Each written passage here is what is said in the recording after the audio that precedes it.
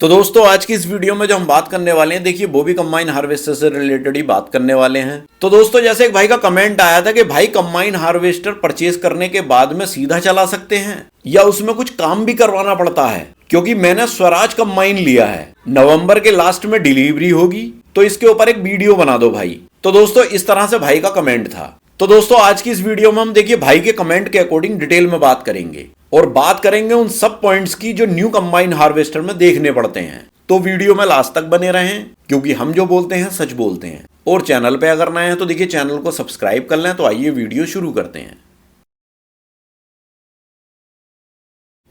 तो दोस्तों नया कंबाइन हार्वेस्टर लाने के बाद आप डायरेक्टली फील्ड में चला सकते हैं उसे, लेकिन पहले कुछ बेसिक सेटिंग और उसकी चेकिंग बहुत जरूरी है, क्योंकि अगर ये सेटिंग या चेकिंग आपने नहीं की तो ग्रेन लॉस मतलब दाना फेंकना, मशीन जाम होना और मशीन के ओवरलोड होने का रिस्क हो जाता है। तो इन सब सेटिंग या चेकिंग के लिए किसी स्पेशल मैकेनिक की जरूरत नहीं होती है। आपका जो फोरमैन होता है, जो स्टाफ होता है, वो इन सब सेटिंग्स वगैरह को कर लेता है। अब सेटिंग्स या चेकिंग क्या क्या करनी होती है वो सब पॉइंट्स मैं आपको बता देता हूं। तो दोस्तों सबसे पहला पॉइंट आता है इंजन और हाइड्रोलिक चेक। इसके अंदर क्या होता है, इसमें यही होता है कि देखिए इसमें आपको इंजन का जो ऑयल लेवल वगैरह होता है वो चेक करना रहता है। वैसे तो देखिए इंजन नया ही होता है कंबाइन हार्वेस्टर के ऊपर, लेकिन फिर भी कभी कभी डिस्पोजल इंजन भी होता है। बहुत से भाई डिस्पोजल इंजन के साथ भी मशीन लेते हैं, तो कभी कभी इंजन ऑयल कम हो जाता है या उसका लेवल पूरा नहीं होता, या नए इंजन में भी कभी कभी लेवल पूरा नहीं होता, तो एक बार उसे जरूर चेक कर लें पहले। फिर दूसरा हाइड्रोलिक ऑयल जो होता है उसका लेवल भी जरूर चेक कर लें। देखिए जितने भी इसके अंदर हाइड्रोलिक काम होते हैं,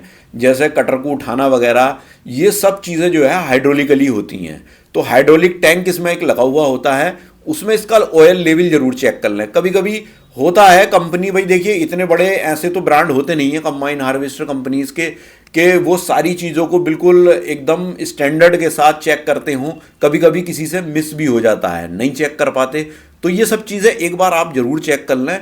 तो हाइड्रोलिक ऑयल का लेवल भी जरूर चेक करें। फिर इसके बाद इंजन का जो कूलेंट लेवल होता है उसे भी चेक करना चाहिए, कूलेंट प्रॉपर है या नहीं है। फिर इसके बाद में देखिए बैटरी के जो टर्मिनल होते हैं उनका कनेक्शन टाइट है या नहीं है, वो भी जरूर देख लें। कभी कभी स्पार्किंग हो जाती है वहां पर भी, तो ये चीज भी पहले देख करके चलें। तो दोस्तों ये तो हुई देखिए इंजन की और हाइड्रोलिक चेक की बात। अब दूसरे नंबर पर आता है बेल्ट्स एंड चेन टेंशन। तो इसमें क्या है कि देखिए इसमें कटरवार की जो बेल्ट वगैरह होती हैं वो चेक करें कि वो प्रॉपर टाइट हैं या नहीं है।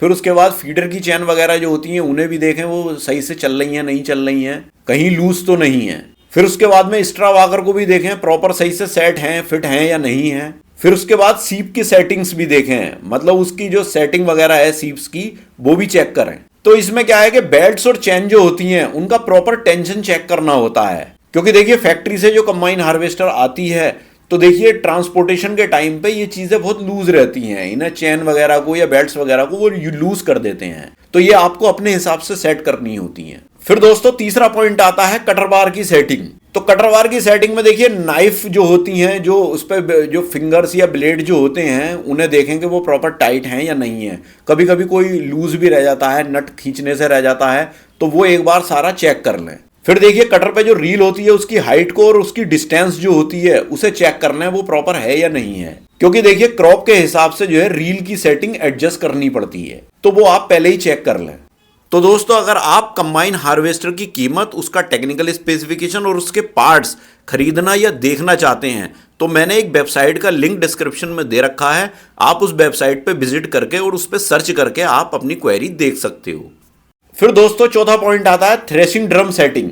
तो दोस्तों ड्रम और कनकेव गैप जो होता है उसे क्रॉप के हिसाब से सेट करना जरूरी है, क्योंकि देखिए धान, गेहूं, मक्का सभी फसलों के लिए सेटिंग अलग अलग होती है कनकेव की और ड्रम की। और देखिए जो थ्रेशिंग ड्रम होता है उसकी स्पीड में भी थोड़ी सी सेटिंग करनी पड़ती है क्रॉप के अकॉर्डिंग। फिर दोस्तों पांचवा पॉइंट आता है सीप्स क्लीनिंग सिस्टम। तो इसमें क्या है दोस्तों, देखिए अपर शीव और लोअर शीव इन दोनों को एडजस्ट करना होता है क्रॉप के हिसाब से, और क्रॉप के हिसाब से तो होता ही है, मॉइस्चर के हिसाब से भी इसे सेट करना पड़ता है। क्योंकि देखिए जैसे मान लीजिए गेहूं की कटाई अगर हो रही है तो सीप्स की जो ओपनिंग है वो थोड़ी कम रखनी होती है, और मान लीजिए धान की कटाई हो रही है तो सीप्स की ओपनिंग जो है वो थोड़ी ज्यादा रखनी होती है। फिर इसके बाद बात आती है देखिए ब्लोअर फैन की। तो देखिए फसल के अकॉर्डिंग ब्लोअर फैन की स्पीड को भी टेस्ट करके ही सेट करना पड़ता है, क्योंकि देखिए अगर ब्लोअर फैन की स्पीड तेज होगी, फैन की स्पीड तेज होगी, तो फिर क्या है कि ग्रेन लॉस होगा। और अगर ब्लोअर फैन की स्पीड कम होगी तो देखिए कूड़ा कवाड़ा पूरी तरीके से दाने में से नहीं निकल पाएगा, तो फिर अनाज जो है वो थोड़ा गंदा रहेगा। तो इसलिए ये चीज भी सेट करनी जरूरी होती है। फिर दोस्तों छठा पॉइंट आता है टायर प्रेशर। तो देखिए नई कंबाइन हार्वेस्टर जब आप लेकर के आते हो तो टायर प्रेशर भी एक बार चेक कर लें। कभी कभी ऐसा होता है, देखिए ट्रांसपोर्टेशन के टाइम में टायर का एयर प्रेशर अलग होता है, लेकिन खेत में चलने के लिए टायर प्रेशर थोड़ा अलग रखना पड़ता है। तो इसलिए एक बार खेत में ले जाने से पहले टायर प्रेशर को भी चेक कर लें। फिर दोस्तों सातवां पॉइंट आता है ग्रीसिंग। तो देखिए ग्रीसिंग में दोस्तों नए कंबाइन हार्वेस्टर पर फर्स्ट डे में जो है कि पूरे सारे पॉइंट्स के अंदर प्रॉपर ग्रीसिंग करना रहता है। क्योंकि देखिए फैक्ट्री वाले ग्रीसिंग तो करते हैं सब जगह पर, लेकिन वो ग्रीसिंग बहुत लाइट होती है, बहुत कम ग्रीस वो लगाते हैं। तो आपको क्या है कि देखिए फुल्ली आपको प्रॉपर ग्रीस करना है सारे पॉइंट्स के अंदर। तो आठवां पॉइंट आता है फर्स्ट रन, मतलब जब आप पहली बार चला रहे हो तो 5 से 10 मिनट आपको चलानी है। वो कैसे चलानी है? तो वो ऐसे चलानी है, देखिए जब आप खेत में लेकर के कंबाइन हार्वेस्टर पहुंचे, ये सारी चीजें करने के बाद जब आप पहुंचे तो आपको क्या है कि कटाई करने से पहले ही मशीन को चालू करना है। मतलब कटाई नहीं करनी है, मशीन को खड़ा करके और उसका थ्रेसिंग सिस्टम पूरा ऑन कर देना है और कटर सिस्टम भी उसका ऑन कर देना है, मतलब सब चीजें चालू कर देनी है। फिर मशीन को 1500 से 1800 आरपीएम पर 5 से 10 मिनट चला करके देखना है।